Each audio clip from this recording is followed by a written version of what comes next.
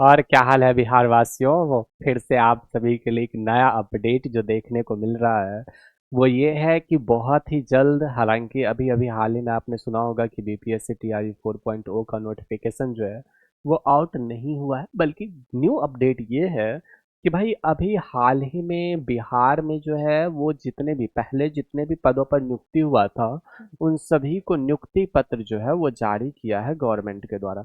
अब नियुक्ति पत्र जैसे ही जारी हुआ तो अब क्या करेगा, तो गवर्नमेंट जो है नियुक्ति पत्र जारी करने के बाद नेक्स्ट स्टेप इनका ट्रेनिंग पे भेजना है।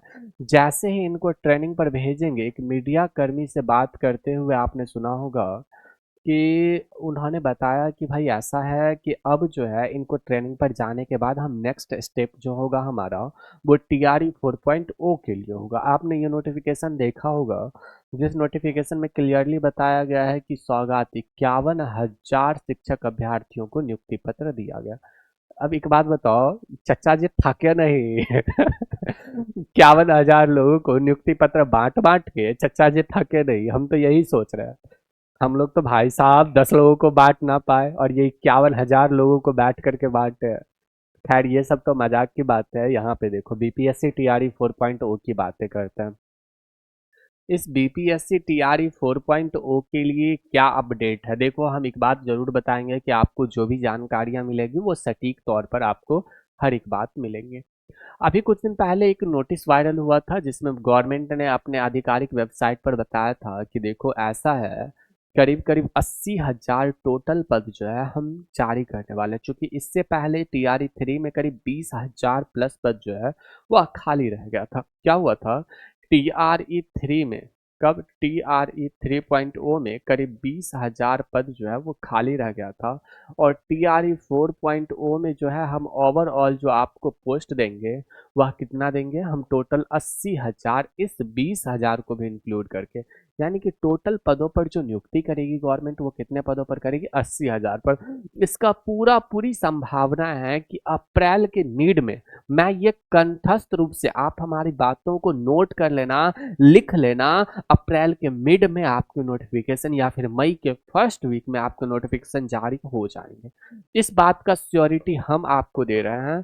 क्या? इस बात का श्योरिटी हम आपको दे रहे हैं कि अप्रैल या मई के, या अप्रैल या फिर मई के फर्स्ट वीक में जो है यह आपके नोटिफिकेशन जारी हो जाएगा और करीब करीब 80,000 प्लस पर पोस्ट पर जो है वो पोस्ट जारी करेगा। क्यों क्यों ऐसा मैं कह रहा हूँ, क्योंकि इलेक्शन है बिहार में और गवर्नमेंट ये चाहेगा कि हमारे बिहार के जो युवा है वो हमारे तरफ अट्रैक्ट हो। हर गवर्नमेंट यही चाहती है कि हमारे से, हमसे बच्चे कनेक्ट हो। और अगर जिस भी राज्य का या फिर जिस भी कंट्री का यूथ जो पार्टी अभी रूल कर रही है उस पार्टी के फेवर में है तो वह पार्टी जीतने की चांसेस जो है वह 80% हो जाते हैं। और वैसे ही बिहार की महिला जो है नीतीश चाचा जी के साथ है, तो उनको तो महिला को लेकर के कोई दिक्कत है नहीं, क्योंकि बिहार में शराबबंदी की है तब से महिला जो है उनके पक्ष में बोल रहा है हमेशा। समझ रहे हो? तो यही वाली बात है। तो इसीलिए मैं बता रहा हूँ अप्रैल या फिर मई के फर्स्ट वीक में नोटिफिकेशन आपका क्लियर कर दिया जाएगा। क्यों कर दिया जाएगा? क्योंकि इलेक्शन है। अब इलेक्शन के चलते गवर्नमेंट जल्दी जल्दी नोटिफिकेशन जारी करेगा और अचानक से भर्ती लेगा। आपने टीआरई 2.0 में देखा होगा भाई साहब इतना जल्दी नोटिफिकेशन जारी किया और इतना जल्दी एग्जाम ले लिया, पता भी नहीं चला, समझ ही नहीं आया क्या हुआ क्या नहीं हुआ। भाई साहब हम लोग तो हक के बके, ओ माई गॉड बाप रे बाप ही का हो गया। हाँ, टीआरई 1 में पीआरटी वाला जो हुआ था अगस्त 2023 में, उसमें तो हमें पता भी कि हाँ भाई ऐसे नहीं ऐसे होगा, ठीक है चलो हो गया जो होना था सो। ठीक है, तो इसके बारे में तो आपको पता है। अगर हम नेक्स्ट की बातें करें तो आपको एक बात और पता होगा, अगस्त 2023 में, मतलब अगस्त 2023 में पीआरटी वाला हुआ था। अगर आपको पेपर के बारे में नहीं पता है तो पेपर के बारे में भाई साहब किससे नहीं पता होगा।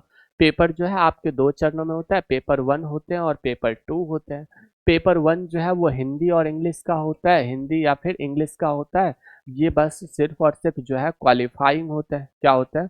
ये जो है ये सिर्फ और सिर्फ क्वालिफाइंग होता है। ठीक है, इसमें 30% आपका आ गया, आप क्वालिफाई करके आपकी नियुक्ति हो जाएगी। नेक्स्ट की बात करें, पेपर 2 जो है पूरा all over the general awareness है, 5 ऑप्शंस वाले आते हैं। इसके बारे में तो आपको पता ही होगा, अगर आप तैयारी कर रहे हैं। हम आपको एक बात बता दें कि आप सभी के लिए रोज शाम 7 बजे एक सेशन हम चलाते हैं।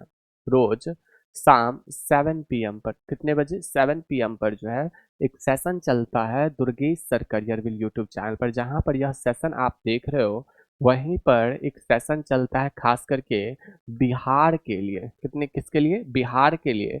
बिहार स्पेशल कह लो, उसमें सभी चीज़ इंक्लूड होता है, खास करके बिहार की सभी प्रतियोगी परीक्षाओं को नस्ते नाबूद करने के लिए। तो काफ़ी महत्वपूर्ण हो जाता है, हमारे साथ जुड़ना नहीं भूलिएगा। रोज़ शाम 7 बजे काफ़ी इंपॉर्टेंट सेशन होता है आपके सपनों को साकार करने के लिए, आपके माता पिता के सपनों को साकार करने के लिए यह सेशन काफ़ी कारगर साबित होता है। तो ज़रूर जुड़ना। और बस इतनी सी बातें थी, बाद बाकी अप्रैल से मई में आपके नोटिफिकेशन जारी हो जाएंगे। यही बातें बताना था कि भाई तीसरा चरण का नियुक्ति जो है, नियुक्ति पत्र जारी हो गया है।